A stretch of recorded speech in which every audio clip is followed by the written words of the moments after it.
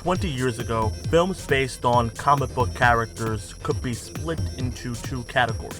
There were the Batman movies, which started the initial comic book movie boom in 1989 with Tim Burton's first take on the Caped Crusader, but by 1997 had clearly run its course with the release of the much maligned Batman and Robin.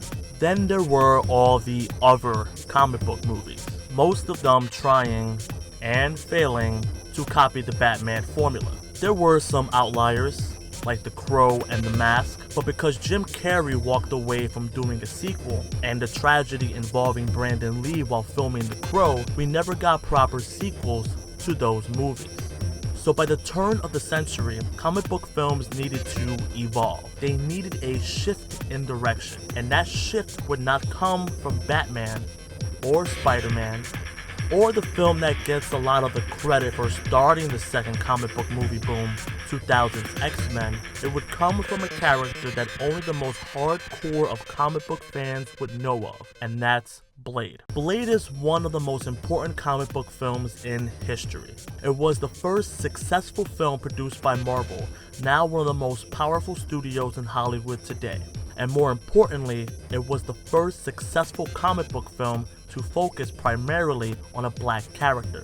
It was only a year prior that comic book films based off black characters made it to movie screens at all, with the release of Spawn and Steel in the summer of 1997. While different in tone, Spawn being more edgy and dark, while Steel being more wholesome, family-friendly, and a little corny, the two had something else in common besides being about black superheroes. They were both failures. Blade was a notable departure from mostly all other comic book films of the 90s. For one, it was the first movie to come from one of the two major companies, that's Marvel and DC, to have an R rating, 18 years before Deadpool made headlines for doing the same.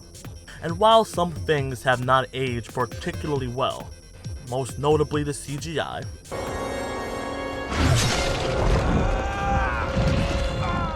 one aspect of Blade that is timeless is the performance delivered by the film star Wesley Snipes. You may not remember now, but in the 90s, Wesley Snipes was a big deal. And that was because he seemingly could do anything on screen, whether it was comedy. See, out here, when you shoot, you got just for the wind. Because out here at the beach, baby, the wind can push the ball to the left or the right, 6 to 8 inches. Drama. Ain't no Uzis made in Harlem. I mean, not one of us in here owns a poppy field. This thing is bigger than Nino Brown. This is big business. This is the American way. Or action.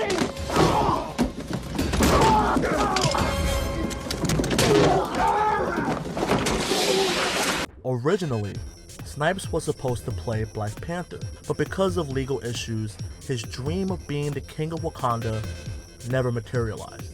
Still, can you imagine anyone else playing Blade? Blade gave Snipes the opportunity to showcase all of his gifts, his supernatural ability to shoot off one-liners, Some motherfuckers are always trying to ice skate uphill.